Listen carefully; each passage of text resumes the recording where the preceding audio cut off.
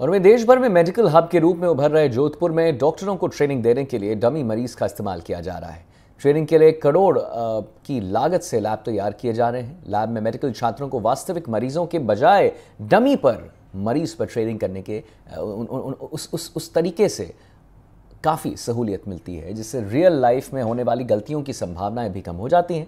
आमतौर पर विकसित देश जैसे अमेरिका, ब्रिटेन, जापान, जर्मनी जैसे देशों में डमी के जरिए ट्रेनिंग दी जाती है। क्रिटिकल कंडीशन के मरीजों को भी कम वक्त में बेहतर चिकित्सा सुविधा मुहैया कराने की ट्रेनिंग दी जाती है। प्रदेश में जयपुर के बाद जोधपुर के डॉक्टर्स एसएन मेडिकल कॉलेज में अनोखी स्किल लैब बनाई गई है, जो संभाग के सबसे बड़े मथुरा दास माथुर अस्पताल में स्थापित है।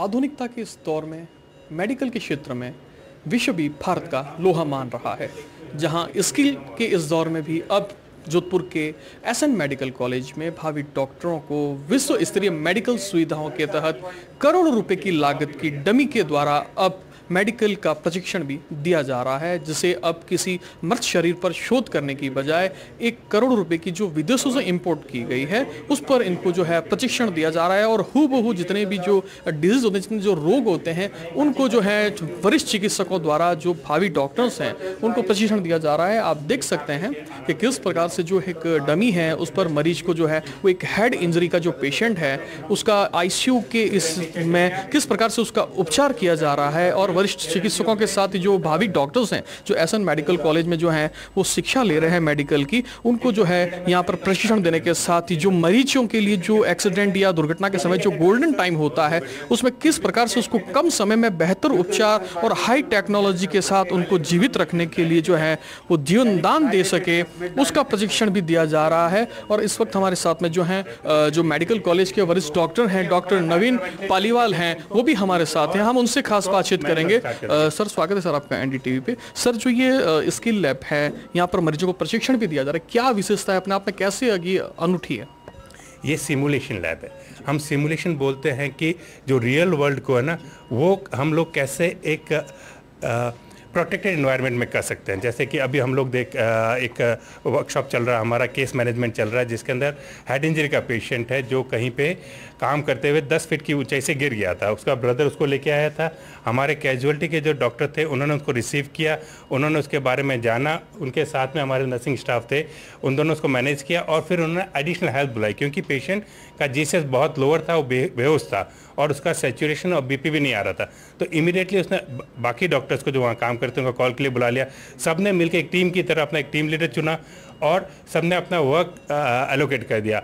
जैसे डॉक्टर हमारे पास विवेक थे, विवेक सर ने एयरवे देखना शुरू कर दिया, डॉक्टर अरुण ने उनका सर्कुलेशन देखा, डॉक्टर पीयूष ने उनका इंटुबेशन में हेल्प की, भरत ने उनका इनलाइन स्टेबलाइज किया नेक को, ताकि इंटुबेशन के समय नेक में कोई दिक्कत नहीं आए, पवन ने जो डिफ़िकल्ट एयरवे काट लेके आ गए। तो इस तरह से एक टीम की तरह सब ने अपना रोल अदा करते हुए इस पेशेंट को इमीडिएट उपचार दिया। बस यही सिमुलेशन हम लर्न करना चाहते हैं कि नॉलेज, स्किल और बिहेवियर जो आपने किताबों में सीखा है, जो आपने स्किल्स अटेंड की, उसको कैसे पेशेंट को बचाने में आप काम ले सकते हैं, वही प्रक्रिया हम यहाँ करते हैं। जैसे ये हो गया, इसके बाद हम लोग अब सब बैठेंगे एक जगह, बैठ के हम आपस में बात करेंगे, भाई हमने क्या बहुत अच्छा किया, सबके व्यूज़ लेंगे। बहुत अच्छा किया तो बहुत अच्छा है, कहाँ पे हमें इम्प्रूवमेंट की ज़रूरत है वो एरिया हम लोग आइडेंटिफाई कर लेंगे, किस किस एरिया में इम्प्रूवमेंट की ज़रूरत है और वो क्या इम्प्रूवमेंट होना चाहिए, हम आपस में बात करके उसका सॉल्यूशन लेके आएंगे। अच्छे, हमें डिलेड हुआ इसको ये पता करने में कि इसका सांस में दिक्कत है और हमें इसको इंटूबेट करना है, तो वो डिले क्यों हुआ, हम आपस में बात करके डिले का कारण भी जानेंगे और उसका सॉल्यूशन क्या हो सकता है वो जानेंगे। ये सब डिस्कस करने के बाद हम इस सिनेरियो को वापस करेंगे, एक बार वापस इसी जगह आएंगे, वापस इसी मैनिकिन पे इस पेशेंट को मैनेज करेंगे और फिर देखेंगे वापस बैठ के कि इस बार हमने कितना अच्छा किया और कितनी कम कमियां रहेगी हमारे पास। अगर उस समय भी कुछ कमियां रह गई तो फिर वापस हम उसको डिस्कस करेंगे, वो कमियां क्यों रही, उनका क्या कारण है और उनके क्या निवारण हो सकते हैं। वो आपस में डिस्कस करके हम तीसरी बार फिर इस सिमुलेशन सिनेरियो में आएंगे, ताकि हम इतने प्रोफिशिएंट हो जाए कि जब हम रियल पेशेंट पे जाए ना तो गलती की कोई गुंजाइश ही नहीं रहे। बिल्कुल सर, ये जो डमी है अपने आप में कैसे अनूठी है और क्या स्पेशलिटी है इसकी? अन्य कई डिजीज़ भी इसमें जो है मैंने देखा अभी वो भी है, तो कैसे अलग कैसे है ये? हाँ, ये हाईटेक डमी है।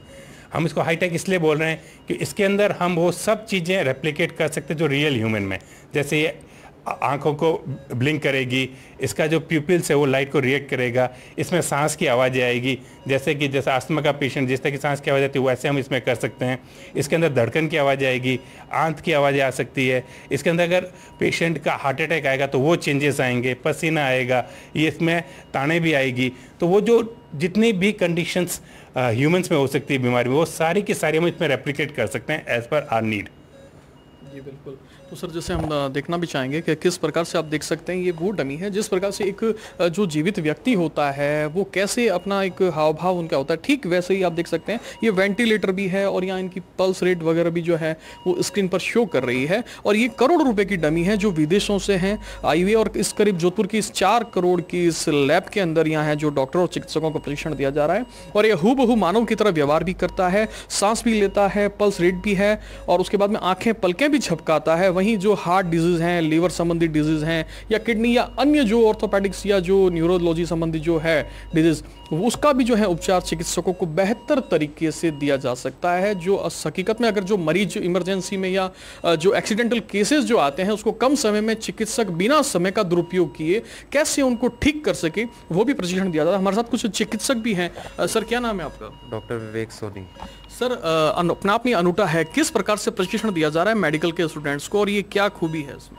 इसके अंदर ये जो मेनली आपकी ह्यूमन बॉडी होती है उसको रिजेंबल करता है, तो हमें इन हैंड एक्सपीरियंस मिल जाता है। और जब भी एक डॉक्टर जो कि ट्रेनी डॉक्टर होता है वो जब फील्ड के अंदर उतरेगा, ऐसी इमरजेंसी कंडीशन अगर आएगी उनके सामने, तो वो बिल्कुल 100% अपना परफेक्ट दे पाएगा। जो भी सारी डिफ़िकल्टीज़ उसको आगे फेस ऑन हो सकती थी वो अभी फेस कर लेगा और उससे कैसे उनको मतलब आगे कैसे सॉल्व करना है, जो भी प्रॉब्लम्स यहाँ वहाँ पर एनकाउंटर होगी same to same we can replicate here और कैसे वहाँ पर सॉल्यूशन उसका हाथों हाथ मिल जाएगा इसको।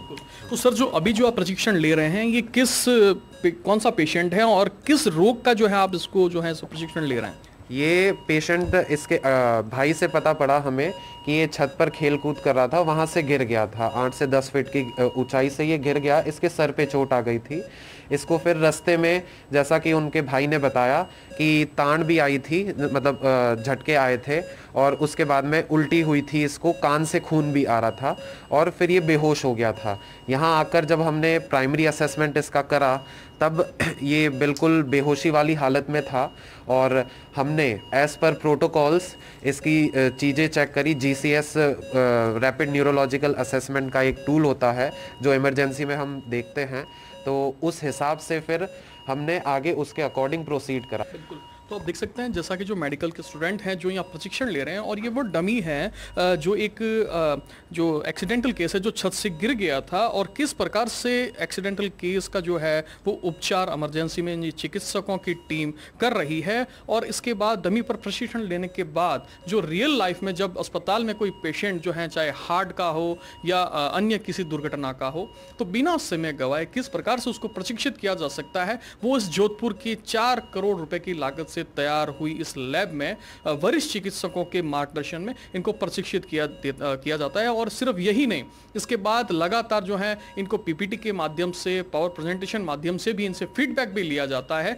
और देखने वाली बात है कि अब आगे आने वाले समय में मेडिकल की ये स्किल लैब कितनी कारगर साबित होती है। जोधपुर से NDTV के लिए मुकुल परिहार।